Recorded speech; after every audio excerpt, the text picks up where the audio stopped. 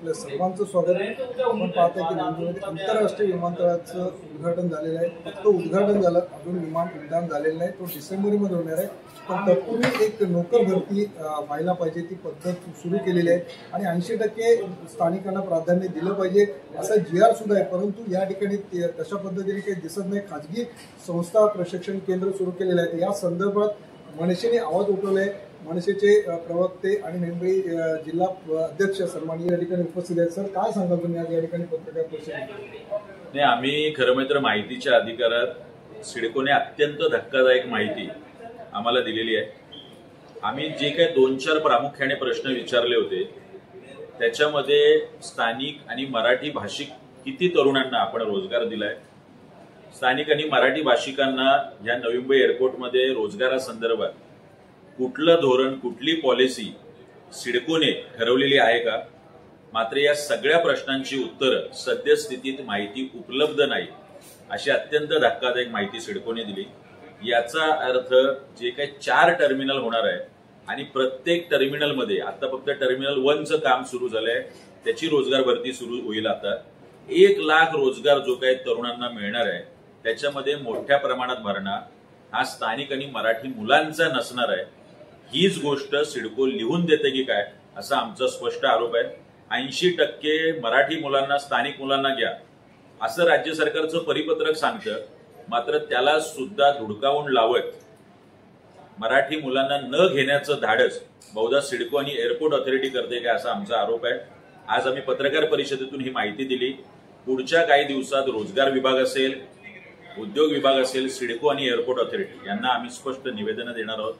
त्यानंतरही जर हे नाही झालं तर आदित्य ठाकरे साहेब आणि अमित ठाकरे साहेब यांच्या नेतृत्वाखाली आमचा प्रयत्न असेल की एक भव्य मोर्चा सर्व पक्षीय विरोधी पक्षांचा, अगदी सत्ताधाऱ्यांनी पण या पक्षात यावं, आम्ही स्वागत करू। यांच्या नेतृत्वाखाली आम्ही काढून 80% मराठी मुलांनाच स्थानिक मुलांना घेतलं पाहिजे हा आग्रह सातत्याने धरणार। सिडकोने पुढे एक प्रशिक्षण केंद्र सुरू केलं होतं आणि ITIच्या माध्यमातून आणि नोकरीसाठी सुद्धा जिल्हा वाईज एक एम्प्लॉयमेंट एक्सचेंज असायचे, परंतु ते आता बंद झाल्यामुळे खाजगीकरणाकडे जास्त प्राधान्य दिलं जातं। या संदर्भात तुम्ही पुन्हा ते सुरू व्हावं जेणेकरून स्थानिकांना प्राधान्य देण्यात यावं यासाठी तुमचा प्रयत्न कसा असेल? नाही, मला वाटतं एम्प्लॉयमेंटचं जरी बंद झालं तरी कौशल्य रोजगार विभाग आहे जिथे महाराष्ट्रातले तरुण ही नोंदणी करतात, ऑनलाईन नोंदणी होते। जसं आपलं एम्प्लॉयमेंट एक्सचेंज जरी बंद झालं तरी तिथे कौशल्य रोजगार विभागाची अख्ख्या जिल्ह्यावाईज आणि तालुक्यावाईज केंद्र आहे, इथे ही नोंदणी होते। मग ह्या मुलांना का पाठवलं जात नाही?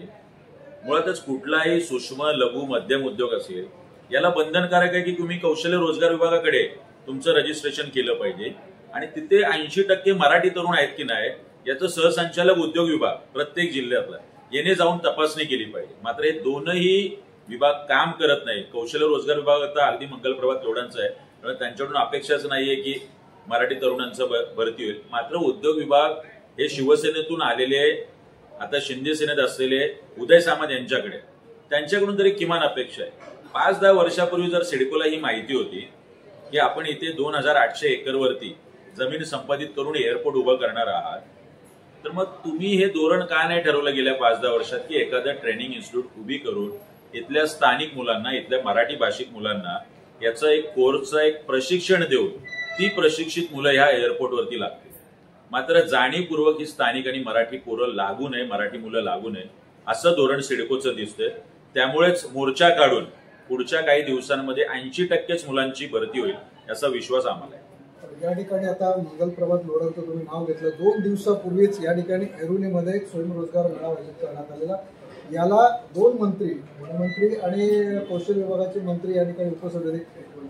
मराठी मुलांनी व्यवसायाकडे वळावं, परंतु आज आंतरराष्ट्रीय विमानतळ या ठिकाणी होते, तिथे भरती हो याच्याबद्दल कुठेही त्यांनी उल्लेख केला नाही। या संदर्भात नाही, हे बोगस मेळावे आहेत। मी तर स्पष्ट सांगतो की फक्त सिक्युरिटी गार्ड, ऑफिस बॉय आणि डिलिव्हरी बॉय याच्या अपॉइंटमेंट लेटर मिळतात। मुलं कंपनीत गेल्यावरती कुठल्याही पद्धतीच्या नोकऱ्या नसतात, फक्त कार्यक्रम घ्यायचा, इव्हेंट घ्यायचा। मात्र मोठ्या प्रमाणात नवी मुंबईतल्या बेरोजगार तरुणांमध्ये नैराश्य आहे, त्यांना नोकऱ्या मिळत नाही। नोकऱ्यांसाठी त्यांना अंधेरी, बोरवली नाही तर परराज्यात जावं लागतं। नवी मुंबई, पनवेल, उरण आणि नैनामध्ये बाधित झालेली सगळी गावं, या सगळ्यांना या नवी मुंबई एअरपोर्टमध्येच नोकऱ्या मिळाल्या पाहिजेत आणि त्याला 80%चा GR जो आहे त्याचं इम्प्लिमेंटेशन झालं पाहिजे असं आमचं म्हणणं आहे. या ठिकाणी खाजगी प्रशिक्षण संस्था सुरू केलेल्या आहेत. या संदर्भात मनसे काय प्रयत्न करणार आहे की ह्या संस्था कोणीना कुणी मान्यता दिली?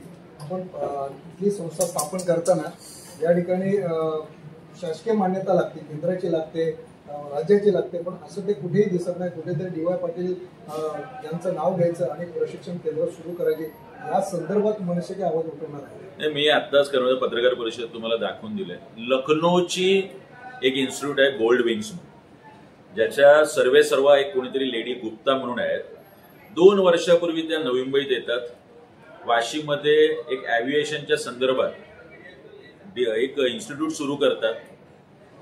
पैसे मुलांकडून घेतले जातात. एक अरविंद पाटील म्हणून पालक, त्यांची व्यथा मी मांडली की त्यांच्या मुलाकडून 88,000 रुपये घेतले जातात. कोर्स पूर्ण झाल्यानंतर त्याला सातत्याने इंटरव्ह्यूला बोलवलं जातं. सांगितलं जातं की आम्ही एअरपोर्टमध्ये तुमचं नोकरीचं काम करून, अद्यापही त्या मुलाला नोकरी मिळाली नाही. अशा अत्यंत खोट्या आणि बोगस इन्स्टिट्यूट आहेत.